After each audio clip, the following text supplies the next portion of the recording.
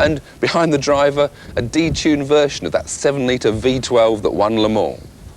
With the bodywork removed, we can see the classic mid-engine layout. It's a 6-litre engine producing 450 horsepower, driving through this 6-speed racing gearbox and slick tyres. The underbody is moulded to give some ground effect downforce with these Venturi tunnels.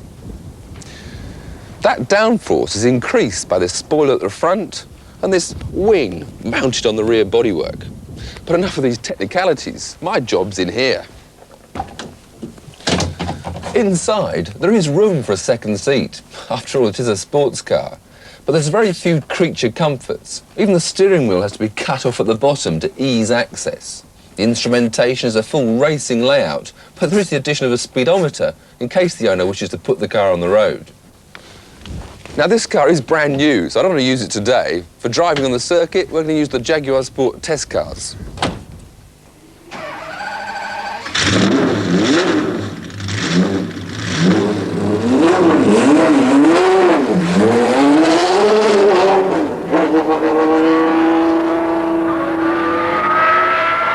450 horsepower produced by this 6-litre engine is certainly most impressive, but perhaps even more impressive is the torque that the engine provides. It'll pull from very low revs right up strongly to its 6,200 RPM rev limit.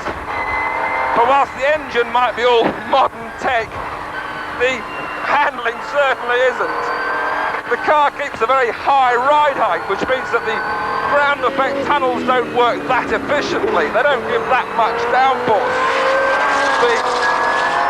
The little rear wing really is a small wing. It does give downforce, but not much. So the resultant handling of the XR15 is, well, exciting to say the least.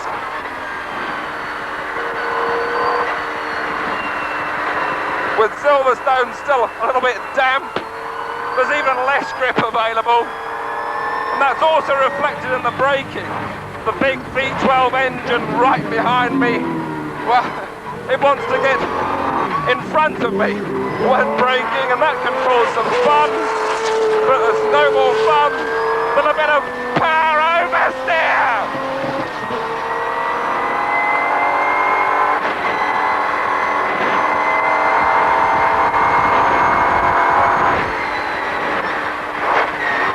The actual driving position of the XJR15 is very good. My only complaint being that the steering wheel is just a little bit close to me. I have to drive with my elbows out, always cocked, ready to catch any slides. And there are going to be plenty of slides when 16 of these cars are let loose around Monaco. And of course, not only are we driving a new car, but we're driving on a new circuit. Silverstone, very different indeed. Here we start the lap approaching Cox in 6th, and it's now actually a faster bend. I dropped to 4th, apex earlier. It's very similar, but overtaking not so easy on the inside. Up towards Beckett's, I'd now be relaxing, but instead of flat through Maggots, it's braking through the left curve and into this right, left, right, very tricky complex. And here, it's going to be the acceleration out onto the straight that gives you a good lap time. Again, no overtaking into Beckett's, but a good exit could mean you could overtake into Stowe.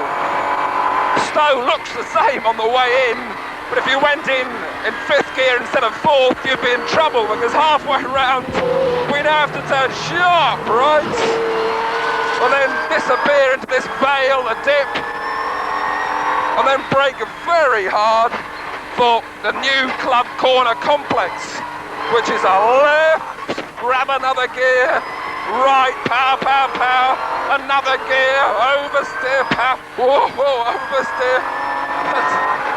So instead of 5th gear, club is now a power corner. Abbey is still the same, taken flat in 6th, but now we have to brake and drop to 4th, this new bridge corner, which is a very tricky corner. blind up the brow to the totally new pair of left-handers. A lot more work on a lap of Silverstone. The second left, late Gatwick, trying to get the power on, but having got the power on, I have to brake again for this double right-hander. And it's work, work, work before we start another lap. We crossed the start-finish line, taking 6th, up to Cox, down to 5th, down to 4th. A new earlier turn in, out to the edge of the road, picking up the power. Full power, right at the edge. Up to 5th, up to 6th, approaching Beckett's. Having to brake across the road, dropping to 4th, very tricky. A power brake, power lift into the crucial last part, trying to get the power on smoothly. A good exit speed up to 5th, under the bridge, up to 6th, running up the speed now. 5.5, 5.8, nearly 6,000 revs in 6th gear, drop to 5th and 4th. Into Stowe, braking again late in Stowe, trying to pick up the power early to go into the Vale in 5th. Crest the brow, 5th, 4th, 3rd. Second gear for this tight left. Snatch 3rd. Begin to power into it. Snatch 4th. More power, more oversteer. 5th gear on the exit of Club. Up in the 6th gear to go flat out through Abbey, but it's not easy. Braking just on the exit of Abbey. Drop straight from 6th to 4th for the new corner. Snatch of 5th. Braking. Down to 3rd for this new double left. A surge of power before a touch of the brakes. Oversteer in. Oversteer out. Touch of the brakes into the double right-hander. Still in 3rd. Nearly spun it. Braking again to try. And if I'm getting tired round Silverstone, I'm going to be in Monaco. Well, Tiff will be finding out just how exhausting Monaco is on Saturday week, the first race of the series.